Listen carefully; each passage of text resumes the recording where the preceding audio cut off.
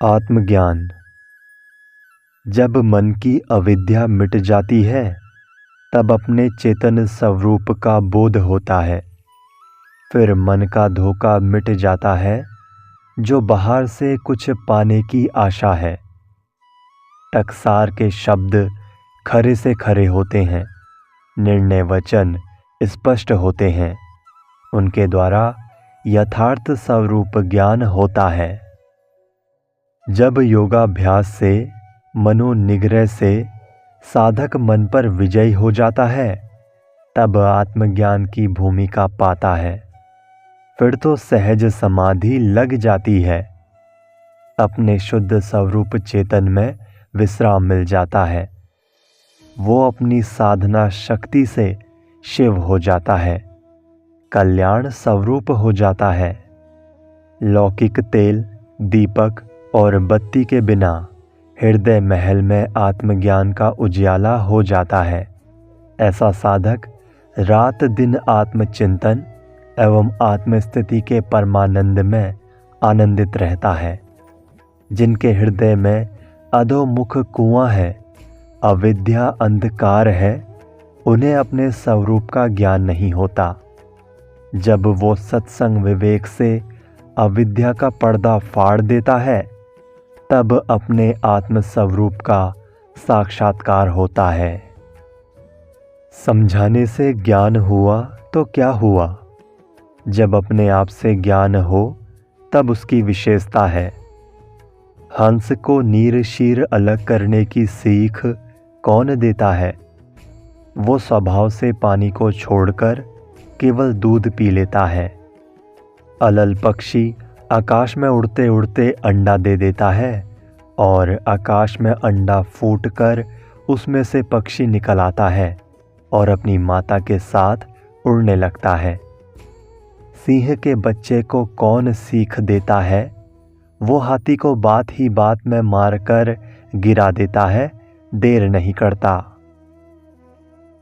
पलटू साहेब कहते हैं कि पूर्ण सद्गुरु की रहनी को जो परख लेता है वो स्वयं संसार दृश्य को छोड़कर अपने आप में शांत हो जाता है। समझाने से ज्ञान हुआ तो क्या हुआ? जब स्वयं में ज्ञान जग जाए तब विशेषता है। विशेष हंस का नीर शीर विवेक और अलल पक्षी का आकाश में अंडा देना दोनों बात को समझाने की कहावतें हैं। सद्गुरु के उपदेश की हर साधक को आवश्यकता है, परंतु उसकी अपनी पकड़ भी आवश्यक है।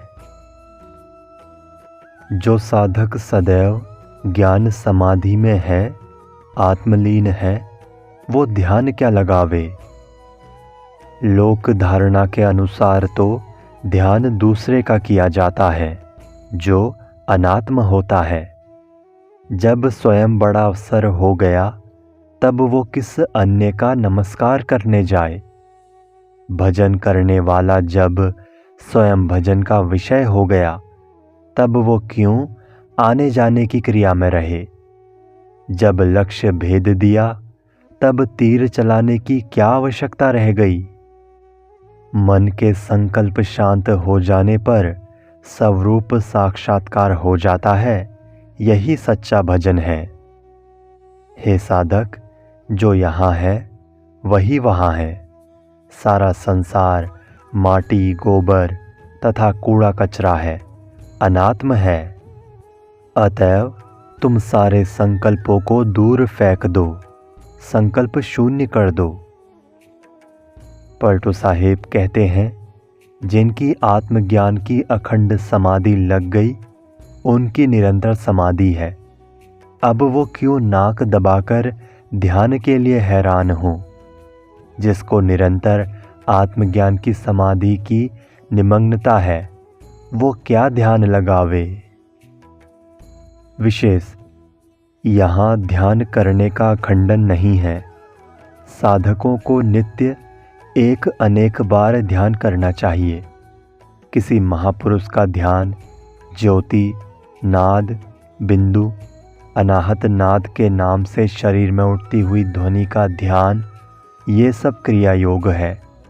मन रोकने के आरंभिक साधन हैं, किंतु ये लक्ष्य नहीं है। लक्ष्य तो आत्मलीनता है, वो दृश्यों के अभाव से होती है। ये संकल्प शून्यता की दशा है। जिस साधक की ये अंतिम दशा हो गई, वो सब समय समाधि में है, तो भी व्यवहार काल में संकल्पों का उपयोग होता है। समाधि में संकल्प बंद हो जाते हैं। अतएव निरंतर आत्मलीन साधक को भी समय समय से पूर्ण संकल्प शून्य दशा में जाना चाहिए। पूर्ण ज्ञानी के सामने अपना ओछा ज्ञान बखारना हीरे के जौहरी के सामने कांच का टुकड़ा दिखाना है। कितने मूर्ख हैं जो अपने अहंकार में पड़कर पूर्ण ज्ञानी को समझाने में लग जाते हैं। जहाँ आंधी चल रही है, वहाँ पंखे से हवा झेलने का काम व्यर्थ है। ये तो ऐसा ही है कि एक अंधा मनुष्य अपनी अटकल से आँख वाले को रास्ता दिखाने की व्यर्थ चेष्टा करे। ऐसे पंडित होते हैं जो संत के सामने विवाद करने से पीछे नहीं हटते। ये तो अमृत पीने वाले को छाछ पिलाने का व्यर्थ प्रयास है। जिसके दरवाजे पर उत्तम बाजे बज रहे हों, वो डफला बजाने का प्रयास क्यों करे। पलटू साहिब कहते हैं कि जहाँ सूर्य का प्रकाश फैला है, वहाँ दीपक का क्या काम है। ज्ञानी के सामने अपना ओछा ज्ञान झाड़ना, हीरे के सामने कांच रखना है। सब जीवों के साथ उनके अपने कर्म हैं। आदमी जो कुछ करता है, उसी का फल उसके सामने आता है। पिता अपने कर्मों के फल पाता है और पुत्र अपने कर्मों के फल पाता है। इसी प्रकार पत्नी और पति अपने अपने कर्मों के फल पाते हैं। अपने शुभ कर्मों से ही मनुष्य मन के विकारों से छूटकर शांति पाता है। जीव के साथ उसके अच्छे बुरे कर्म के संस्कार बीज जाते हैं। अन्य कोई कुछ उसके साथ नहीं जाता। समझ बूझ कर देखो कि अपने बनाए शुभाशुभ कर्म ही साथ चलते हैं। पलटू साहिब कहते हैं कि एक की करनी दूसरे के साथ नहीं चलती। सब जीव की अपनी अपनी करनी ही अपने साथ रहती है। जो सर्वंगी नाम से जाने जाते हैं, सबको एक समान मानते हैं, वे भी विवेक पूर्वक अपनी रहनी रखते हैं। वे सब मनुष्यों को एक समान मानते हैं, परंतु खान पान में अलग रखते हैं। सर्वभक्षी और मलिन आचरण वालों में अपने को नहीं मिलाते हैं। वे पवित्र आचरण की मर्यादा का पालन करते हैं। वे शुद्ध खान पान, रहन सहन आदि के नियम और आचार निभाते हैं। वे अपने नियम आचार को नहीं त्यागते। अपने पर संयम और दूसरों के साथ शील का व्यवहार सनातन एवं शाश्वत धर्म है।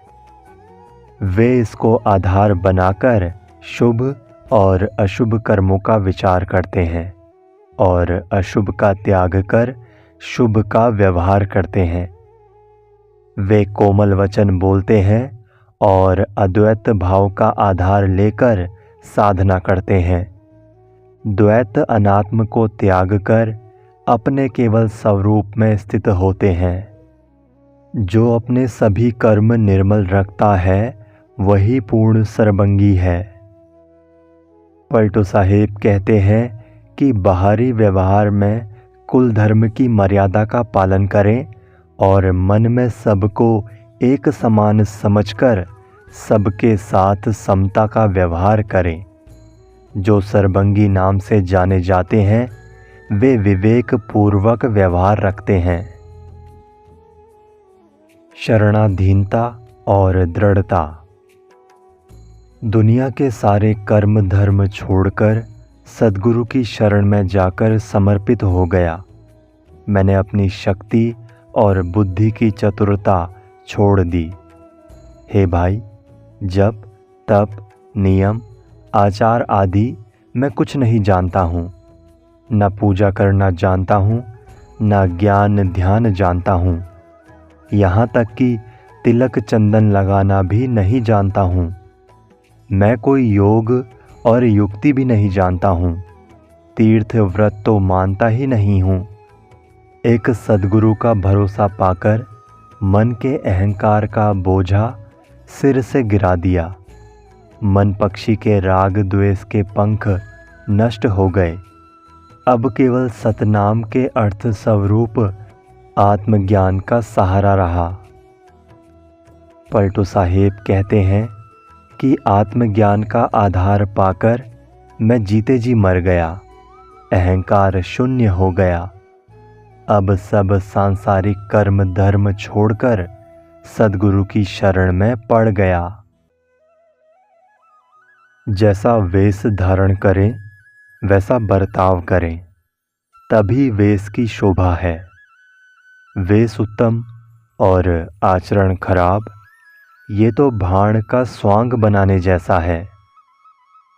जो साधक आरंभ से मध्य तक और अंत तक ज्ञान की प्रतिज्ञा निभाता है, उसी का जीवन सफल होता है। वेद उसी की रात दिन प्रशंसा करते हैं। जो साधक उत्साह नहीं छोड़ता, उसकी उसी के साथ सत्य प्रतिज्ञा रहती है। हरिभक्तों ज्ञानियों की यही रीति है कि वे सत्य पक्ष पकड़ लेते हैं, उसे कभी नहीं छोड़ते। पलटू साहेब कहते हैं कि हे साधकों, वेश की मर्यादा से आचरण का थोड़ा भी सीमा का उल्लंघन नहीं होना चाहिए। जैसा वेश बनावे वैसा आचरण करे।